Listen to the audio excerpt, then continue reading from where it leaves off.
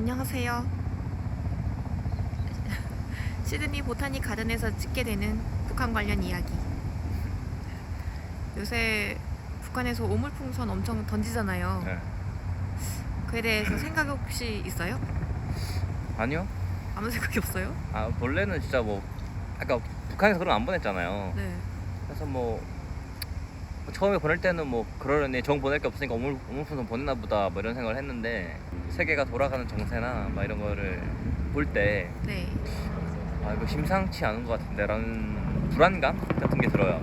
왜냐면은 옛날에 이제 그 예전에 김정일 시대 때 한국 친구들이 막 저한테 물어봤단 말이에요. 야, 전쟁 나는 거 아니냐, 전쟁 나면 어떡하냐, 뭐 이런 얘기를 많이 했는데, 그때마다 사실 저는 100% 200% 정말 자신 있게 전쟁은 죽어도 안 난다, 절대 안 난다 라고 얘기를 했었어요. 그때 그렇게 얘기했던 이유가, 당시에 김정일 시대는 사실 북한 내부적으로 뭐 못 먹고 뭐 굶주리고 굶어 죽고 하더라도 김정일 입장에서는 그 체제가 이제 공고화된 상태였단 말이에요.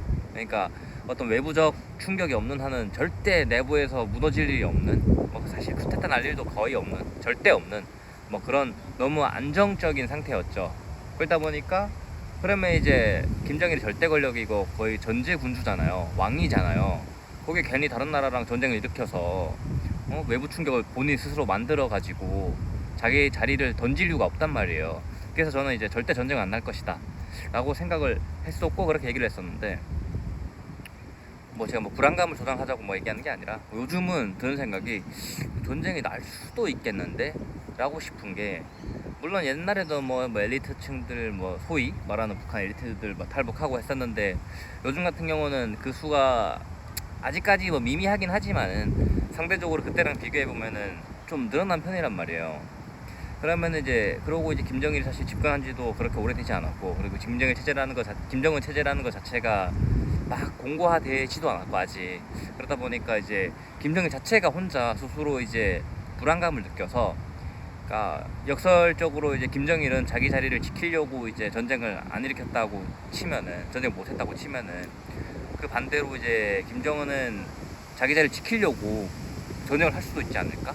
물론 아직도 전쟁 날 확률은 그렇게 뭐 극히 적다고 생각해요. 어쨌든 전쟁을 일으키면은 손해니까. 특히나 김정은 쪽이 더 손해죠. 근데 우리도 물론 손해죠. 우리는 전쟁이라는 자체가 일어나는 순간 뭐 누가 이기고 지고는 사실 두 번째 문제고, 그 과정에서 수많은 사람들이 죽잖아요. 뭐 어쨌든, 근데 지금 아무튼 요즘 드는 생각은, 김정은이 그래가지고 전쟁이 날 가능성이 아예 없는 것도 아니다. 그리고 뭐 이제 뭐 러시아랑 막 이제 그 상호 방위 조약 같은 것도 체결을 하고, 요즘 이제 중국이랑도 뭔가 이제 선 긋는 것처럼 막 복잡하잖아요. 사이가 옛날만큼 네. 좋진 않은 것 같아요. 그게 사실 뭔가 지각 변동이 일어나고 있지 않나, 여러 가지 정치적으로. 제가 뭐 정치인이거나 뭐 전문가가 아니어서 정확히는 뭐 모르겠지만, 제가 생각하기에는 예전 같지가 않다. 분위기가 너무 안 좋다? 예. 까딱하다가는 날 수도 있겠다. 그래서 자꾸 젤렌스키가, 최근에 내가 그 무슨 뉴스를 보다가 제가 어이없는 걸 봤는데, 지금 뭐 어떤 국회의원이 그랬다 그러더라고요. 북한이 저 러시아에 파병을 보냈는데, 우크라이나에 우리도 보내야 되는 거 아니냐. 그 무슨 멍멍이 소린지. 아니 뭐 북한이 파병 보내 뭐 어쩌라고. 우리가 왜 보내야 되는데요 거기를. 우리가 왜 보내야 되는데? 우리나라 전쟁 솔직히 아니고, 북한은 솔직히 그 돈 벌려 보낸 거잖아요. 외화벌이 하려고. 우리나라 뭐 이렇게 못 산 나라도 아니고. 그리고 솔직히 이거는 뭐 이게 정의에 움직이면 안 돼요. 뭐 어서 우크라이나 사람이 보면 욕할지 몰라도, 이건 정확히 국익에 따라 움직여야 된단 말이에요. 우크라이나에 우리 군대를 보내는 게 국익에 전혀 도움이 없어요. 북한은 국익에 도움이 되니까 보내는 거죠. 러시아에 보내서 본인이 뭐 돈을 받던, 러시아의 관계를 뭐 공고히 하던, 뭐 쌀을 받던, 본인한테 도움이 되니까 보내는 거지. 북한이 우리의 주적이라고 해서 북한이 보내니까 우리도 보낸다? 그건 말이 안 되는 거예요. 어떤 국회의원이 그런 거? 그랬대. 국방위에서 그랬대.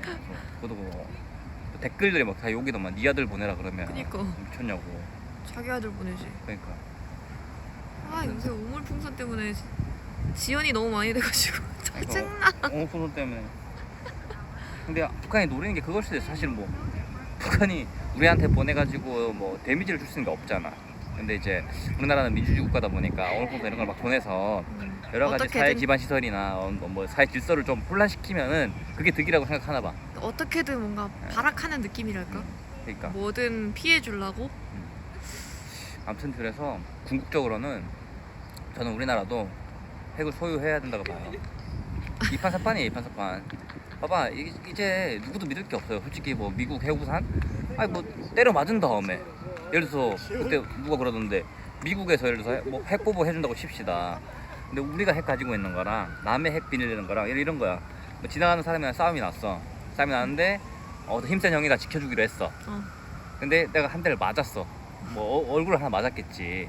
근데 그 사람은 뭐 보복을 어떻게 준다고 얘기는 안 했어. 제가 때리면 나도 때려줄게만 얘기한 거야.